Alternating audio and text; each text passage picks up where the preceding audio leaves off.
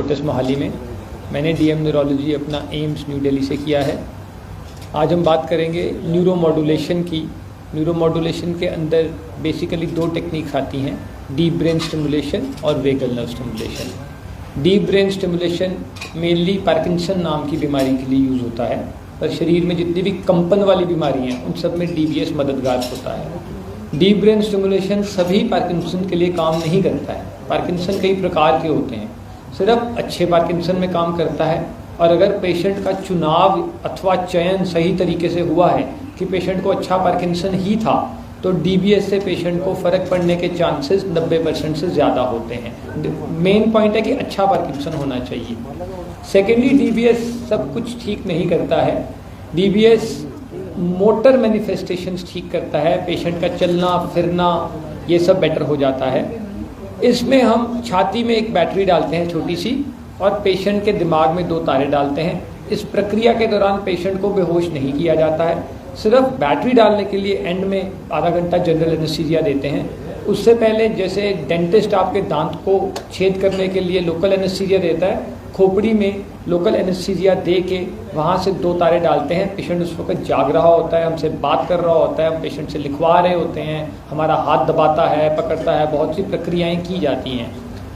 Deep brain stimulation का असर तुरंत नहीं आता है। असर 2 से 3 हफ्ते 1 महीने के बाद शुरू होता है और इंक्रीमेंटली बढ़ता जाता है। 3 महीने बाद असर बहुत अच्छा, 6 महीने बाद असर बहुत अच्छा। और उन लोगों के लिए जिनको सिंडोपा एक दवाई आती है, टिडोमेट सिंडोपा, उनसे इनिशियली बीमारी में असर पड़ता है, लेकिन बाद में उनका असर उतना बेहतर नहीं आता और उतने समय तक नहीं रहता। डीबीएस इन दोनों चीज़ों को इम्प्रूव कर देता है। दूसरी जिसकी हम बात करेंगे वो है वेगल नर्व स्टिमुलेशन। वो एक छोटा सा इम्प्लांट है, इसमें पेशेंट को नॉर्मली सुबह एडमिट करके शाम को छुट्टी कर देते हैं। ये 2 जगह यूज़ होता है, मिर्गी के दौरों में और डिप्रेशन में। मिर्गी के दौरों में उन लोगों के लिए है जिनको 6 महीने से दौरे पड़ रहे हैं और 2 या 2 से अधिक दवाइयों पे भी दौरे कंट्रोल नहीं है। डिप्रेशन में भी यही पहाड़ा चलेगा। जो लोग 6 महीने से डिप्रेशन की दवाई खा रहे हैं और 2 अथवा 2 से ज़्यादा दवाइयों पे उनका डिप्रेशन कंट्रोल नहीं है, वीएनएस उनके लिए बहुत अच्छी थेरेपी है। वीएनएस एक क्विक थेरेपी है।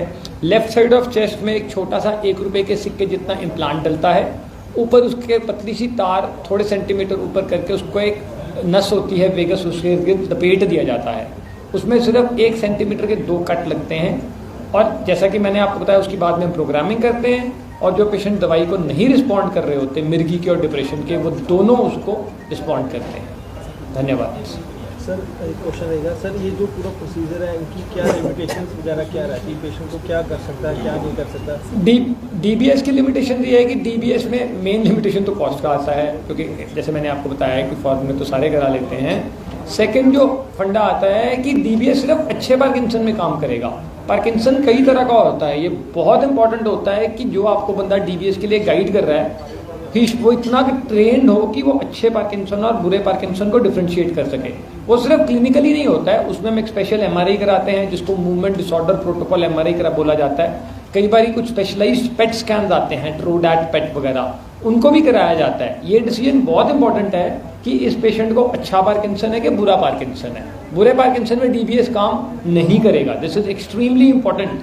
हेंस डीबीएस कराने से पहले आपको डीबीएस जिस आदमी ने आपको रिकमेंड किया है, इट इज़ वेरी इंपॉर्टेंट कि दे शुड बी, उन्हें डिफ्रेंसिएशन में कोई डाउट नहीं होना चाहिए कि जब डीबीएस के लिए पेशेंट भेजा जाता है तो one has to be very sure कि उसको अच्छा पार्किंसन ही है। ये इंपॉर्टेंट है।